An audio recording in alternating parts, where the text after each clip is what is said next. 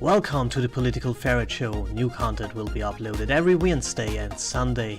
This video was financed by my Patreons. Thank you for making the change possible. One of the best things as a centric political commentator is that left-wingers and right-wingers find a way to this channel and discuss, and often quite fruitfully. So here was one guy who is pretty much into social democracy and pointed out that the left in America basically wants democratic control of the economy. So this is an interesting thought from the perspective of the left wing, and I think we should tackle that, and we should tackle some misunderstandings that Americans have of social democracy. And you see, I live in a social democracy. About 50% of the biased decisions are done by the collective.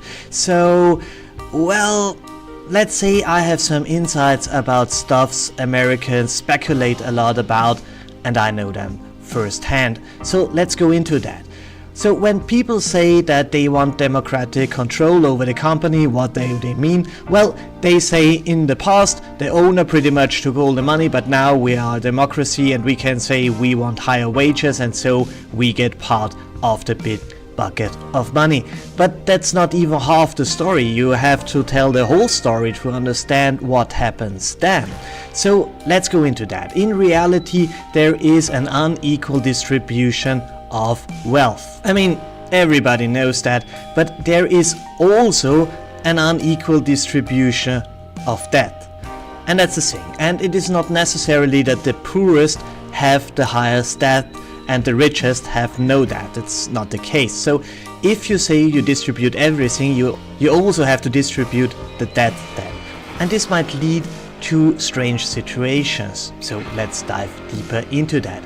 So again, when they say democratic redistribution of wealth, they want pretty much the money of the rich guys. But you also have to talk about the redistribution of debt, and everybody wants a redistribution of wealth, but when you ask them if they want a redistribution of debt, there come the big question marks, and pretty much nobody knows what to say there because they never thought about that. But that's important because it is important in a real social democracy like we have in Austria.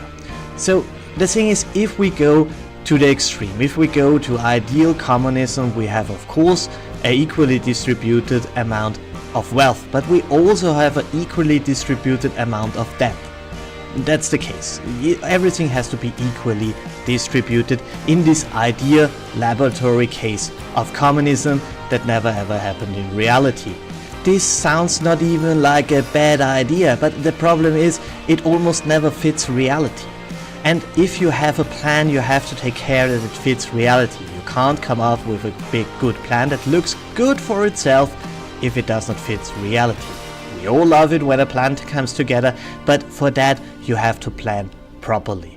So in an ideal case in capitalism, nobody wants to be a worker, everybody wants to be the boss. So everybody wants to make up his own business. So everybody takes on some debt to start the business, wherever this comes from. It might come from banks, it might come from your brother, does not matter. So you have a break-even point. You have, when you take on $10,000, you have to make $10,000 to get to the point where you have essentially nothing. So you have to pay back your debt.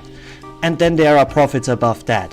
Does everybody reach that? Not really. Some people can capitalize on their ideas and others cannot, because they are not fit to do that, the idea was not good, there are different reasons. But this is not what you see. What you see in the end is pretty much that. You see that some people are rich and some people are poor. But what you have to take in consideration is that they all took on that, they all made some profit, but some made more profit than others for various reasons. And pretty often the reason that they did not very well had something to do with them. That's the thing. Sometimes it's just bad luck. Sometimes for the rich people it is luck. You don't have to discuss about that. Luck is an important thing, and bad luck is also, but it is not only that. Most successful people did well because they did something that was successful in the first place. and on the other way around. So in reality, not everybody has to take on the same amount of debt. When you start a coffee shop, you don't need as much money as when you try to start to build cars. So if you take on a lot of debt, you take on a lot of risk. But this often pays off. On the other hand, it might not, and then you are in serious trouble. The thing is, in a real case, you have different amounts of debt. You have varying risk, because this is what it is. You take on risk, you don't know if you break even, but if you do, well, good for you. And then you have varying amounts of profit. And some of these profits do not even pay back the debt. And this results pretty much in a failed business and in a poor guy. So in the next step, if we go to the next step and talk about a social democracy, we have to decide who is richer. And this is in the eye of the beholder. You see, when you take, let's say we ignore absolutely that. We only talk about wealth. And you have a communistic system where everybody has the same, and you have a capitalistic system where some are poor, some are rich, and some are in the middle. And you compare them with each other, you find out that the average guy makes more money in a capitalistic society. You see this pretty much everywhere in history. I think nobody will deny that. In the time when I was a Trotskyist and a hardcore leftist, I accepted that. I always said we have to have a world revolution because these pesky capitalists make so much money, and that the average worker is richer, so they will not join over for a communistic state and not share my ideals. So, well, the time changes, and now I care pretty much for the average guy. I say the average guy is more successful in a capitalistic society, so this is what we should go for if we care for the average guy. But this is not necessarily the case, because back then, when I was a lefty, I cared about the poorest. I said, but the poorest do better in a communist society. And I think still this is true. But you can't build a system on the poorest, because a lot of these poor people had something to do with being poor. Back in the day, I thought they were just cheated by fate and by the bourgeoisie and everything like this, but this is not really the case. When you grow older, you see a lot of people who failed in life, and you see the reason they failed in life. And when you say, okay, we try to help you, you see people in the average who move over to be poor because they say, I can make more money per hour if I try to be poor. And a lot of people in a social democracy pretty much do that. They specialize on trying to be poor and make a good cut. But in the end, the poor do better in a more socialized economy. You have to give him that. If some anarcho-capitalists come around, they often say, no, even the poor do better in capitalistic societies. This is clearly not true. So the thing is, when you compare them now, you can say, okay, in capitalism, the debt is yours. So you'll take on the debt, but for that, you can keep the profits. But before we go to risk and motivation in the society, we have to point out that you can play around with some factors, and other factors are a result of your playing around. And in this case, we just play around with debt and profit and who holds them. And this results then in a risk. So the risk is clearly on your side. You took on the debt. You own the entire risk. If you can't pay back your debt, you are poor. So the motivation to perform very good and to try to get to the best decisions possible and to make the best company possible is very, very high, because you could end up poor and nobody wants to do that. So the result is a high competitive but pretty rich society with a lot of poor people inside, but in the average they are quite rich.